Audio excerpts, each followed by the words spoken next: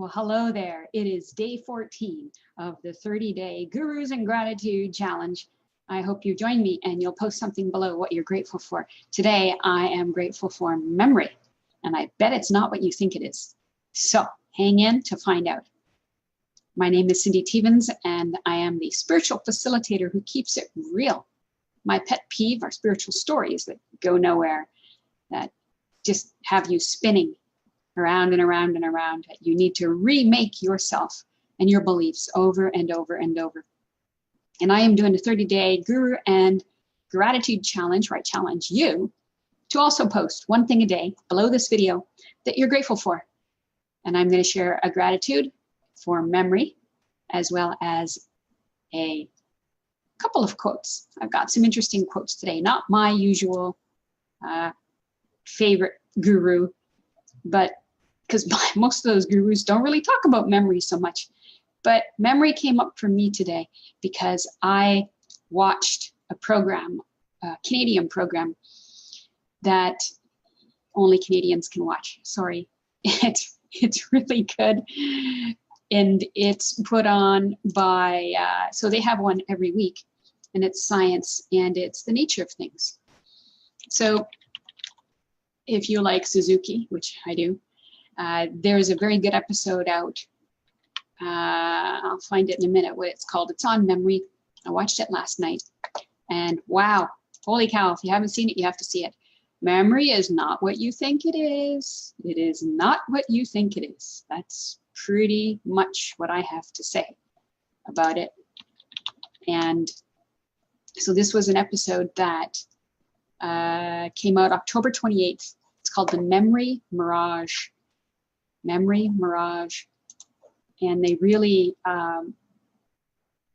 expose memory for what it is and what it isn't. You often hear that memory is plastic, and that it's malleable, changeable, and it turns out way more changeable than what anybody wants to believe. Really highly recommend the episode. So why am I grateful to memory? Before I dive into that, let me go see who we have live here, because I should be broadcasting live now, and it may have been long enough for some people to pop in and say hello. Yeah. Hey, Cheryl. Thanks for popping in and giving it a like. You found it already? Oh my God. Yeah, it's on cbc.ca. Partial recall, why we can't trust our own memories. I don't know if that's the same program or not. Let me look. I'll let you know. It sounds a little different. Okay, this is an article. This is not the episode. Oh, it has a clip of the episode, The Memory Mirage. So the episode's called The Memory Mirage. Quite a good, I'm gonna have to read this article. Thank you for that. But you can also, if you go into episodes, I'll paste it right here. You can find this. You just have to go back to October 28th. There it is right there. Yeah, why not? For the Canadians that are here, you can, I'll post it right below the video. The episode. Yeah, it was quite shocking to say the least. I kind of had a clue of some of the stuff they were going to say, but it still blew me away. So why am I grateful for memory? I'm grateful for memory because it's not the real. It's not even the past. It's just an experience now. Memory, a thought, image, picture of the past is not the real. Why am I grateful for that? Because memory's presence, in its contrasts, help us find the real. We can know the difference between a memory and the real. You might have the memory of having a doctor's appointment today, but when you actually check the calendar, maybe you don't. So when we take memory to be the real is when we get into trouble and we have arguments with people. And the amazing thing is that I learned from the program last night, you can be so convinced that your memory is real, really, really, really convinced. And you'll be convincing of other people, and it can be absolutely wrong. Wrong to what? Wrong to what actually happened. There's a case of a woman in the program who was raped, and she paid so much attention, she said, to this man so that she could remember him, so that she could ID him, and perhaps she did.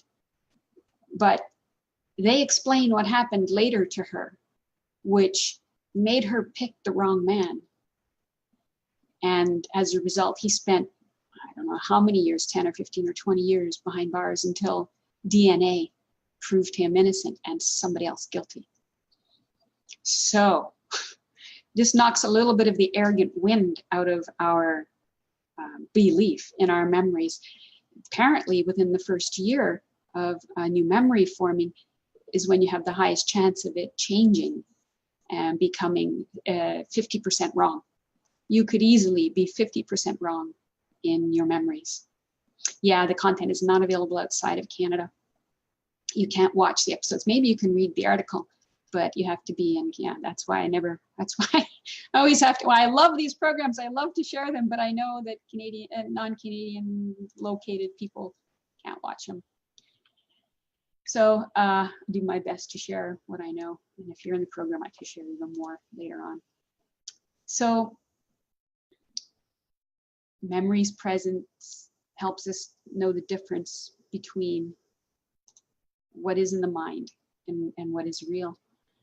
And 50% of memory is inaccurate, you could say. So we don't have to take it seriously. If we really understood that, we really got that, then okay, you don't have to take it so seriously. You don't have to argue with someone about anything. You know, you have a 50% chance of being wrong and they have a 50% chance of being wrong. So Rita Mae Brown said, one of the keys to happiness is a bad memory. I can see that if you've got some bad experiences and you just, you know, if you have a bad memory, you don't remember them so well. And I do believe that a long time ago, I wanted to not remember bad things, so I quit remembering them. You have that option, isn't that wonderful? I quit accessing them, I quit remembering them, and then they weakened as a result. And so you can, you can let memory go. Another quote I found very interesting that I found says, remember, my friend, that knowledge is stronger than memory, and we should not trust the weaker. That was Bram Stoker in Dracula. Well, I just love this quote because it says knowledge is stronger than memory. To me, what does that say? That knowledge is a fact, a reality that is true now, that will always be true. And so it doesn't need memory, and it's way more valuable than memory. And that's what we do in our communities. We do reality checks. So we have a story in the mind, a movie, which is a memory. Every time you go into the movie in the mind, you're accessing what? A memory, something stored here. You're going into the vault, and it's 50% not reliable, remember? So it's very weak, and we should always, rather than act upon it, do the reality check, compare it to what is, see if it has any reality, any substance, because then you could, you know, you let yourself off the hook.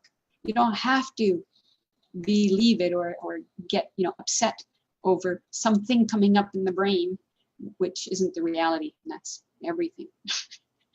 So yeah, really, yeah.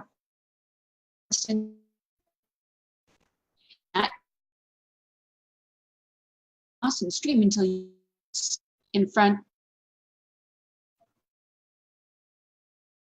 of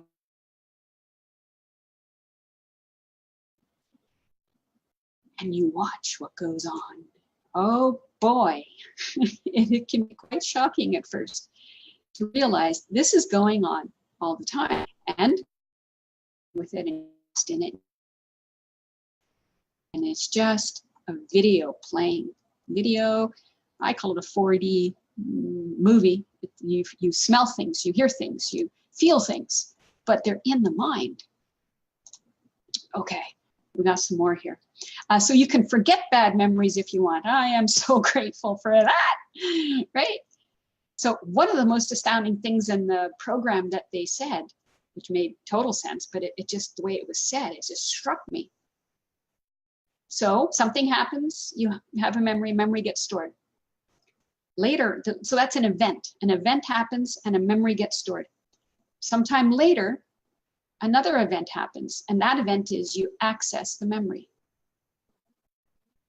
Okay? Sometime later, another event happens. You're not accessing the original memory anymore, you're accessing memory. So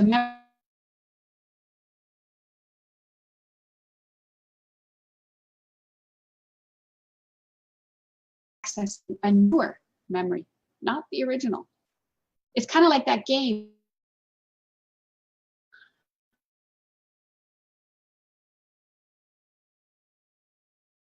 Around by the time it came out the other end, it had no resemblance whatsoever to the original sentence, and all the kids think that's very funny.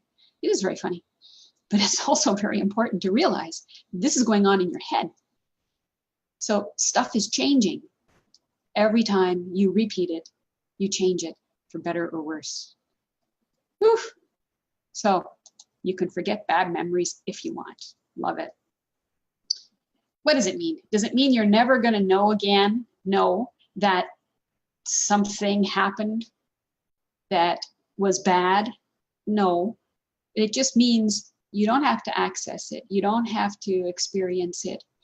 You don't have to build it up as a memory and keep it fresh. You can let it go stale. Yeah, you know, we all know 9/11 happened, but that's it. We don't have to go into the movie and experience it, right? Yeah, well, Cheryl said, my memory of the past is awful. I wish I could remember more. Why? For what?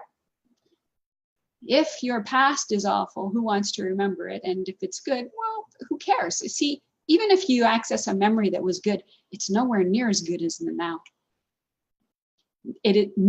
A past memory, which is happening now, by the way, is nowhere near as good as the current reality. But we don't think so. We're always trying to run away from reality because we think there's something wrong with it, but that's just a movie about reality itself. That there's something wrong with it. That's not actually reality. If you actually discovered the reality, you would love it far more than any memory. And just because you can't remember, who cares? And if you make that a story about you, oh, I should have a better memory. Now you're, right? Now you're storing some shit you don't need. And so forget it. Some of the happiest people have lost their memory.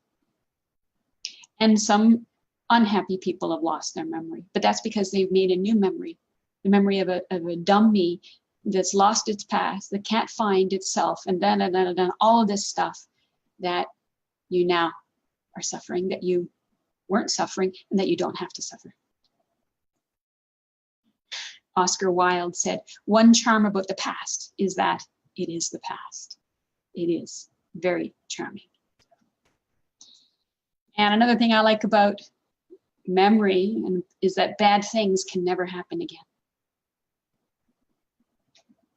The memory is not the bad thing, and it's not happening now, and it can never happen again. That moment can never happen again.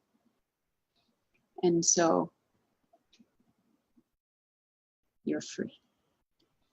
Also, the real doesn't hurt. Memory can hurt. Okay? We usually store bad stuff, don't we? But you don't have to, and you don't have to play it. Thank God. Okay. So memories are unreal, so we can let them go. Let's see, who else is here? It's a quiet week this week. Everybody's gearing up for Christmas is my theory. Okay, last quote. And I love this one too. It's great. I don't know this guy. Never heard of him before. I think he's an author. I'm probably going to chop up his name. Here we go. It's Haruki Murakami. Haruki Murakami. Okay. Most everything you think you know about me is nothing more than memories. And I would take it a step further, not most everything, absolutely everything. What you know about me is here and now. Anything else that isn't here and now is a story, or a memory is unreal. So when we think we know something about somebody, we're just knowing our memory about them. And that's really good news, because you can let people be free. You can free people, you can free yourself, and you can free people from yourself. You take the position you know nothing, because you don't. You know this moment. And if you be just with this moment with people, that's enough. It's plenty. And then this moment isn't labored down with the past, the stories, the crap, all that nonsense. You just have now. Carol said, I want to remember more stuff about my son and his growing up. Well, you will remember your memories, not his growing up. You remember your memories with him, but they're not him now. And so he is much more valuable than a memory about him. I don't know why, but it struck me very odd a number of years ago why people would have pictures of their children in the house when you have the children in the house. Why would you put pictures of the children when you have, to me, I value the people more than the pictures. And going back in time as to how they used to look when this is how they are now, it's still very weird to me. It didn't used to be weird to me, but it is weird to me now.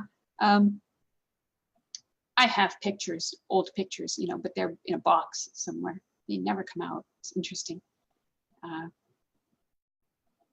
suppose if you had people visiting and your children weren't in the house, you could show the pictures and go, that's my child. But they don't have to be on the wall for that. You could have a little album. But so it just, I think it shows to me how much we value the wrong thing. There's probably more. It's not, I don't really understand it fully yet myself, but yeah, I have a picture of my mom in my wallet. I never see my mom. She's in Brampton. So it's kind of nice to see the picture, once in a while. But I much prefer the moment, right? What happens for a lot of people when they look at pictures of the past, they don't just stay with the feeling that the picture elicits, memory feeling that it elicits. They quite often go, oh, so much time's gone by. Oh my God, I'm getting so old. Oh my God, I wish things weren't like this. I wish. Right. Maybe that's why I don't like pictures. Maybe they elicit the story. I don't know. I much prefer the moment anyway, not a picture. All right, so I think those are my quotes. This moment doesn't hurt. Don't knock me. Don't get me wrong. I'm not knocking, a memory entirely, like my sister, as I said yesterday, had messaged me and said, I was just remembering all the nice things you did for me. And I was like, oh, wasn't that sweet? And then we started remembering a few things. And I said, yeah, we did this, we did that, we did this, we did that. It's fine. It didn't degenerate into, I wish we this and that and the other. It was just an expression of love in the moment. We were together in the moment doing this, sharing appreciation for each other. And and that's different. But when you depend upon memory for your happiness, it's not a fair trade. You lose the now, and the now is all the happiness there is. It truly is. But you won't know that until you find it out. Maybe that's why our memories fade. We can't rely on them so much. Maybe it's an opportunity for us to realize that what we love is now, that our happiness is now. So there you go. I'm grateful for memory for so many things. And I'm grateful to you, Cheryl, for coming and visiting. And yeah, really, memory shows me the now, and I love the now. Okay, I don't know what it'll be tomorrow. You'll have to check in to find out. Day 15, halfway mark. I don't know what I'll be grateful for tomorrow. I have a lot of things. If you have any suggestions, throw them my way. We're halfway there. We got 15 more to go until January 3rd. I'll be here every day. Thanks for dropping in. Yeah, nice to catch you too, Cheryl. Very cool. All right. I'll see you tomorrow, hopefully. Until then, you know what to do. Keep it real and enjoy yourself. You know, just because you can.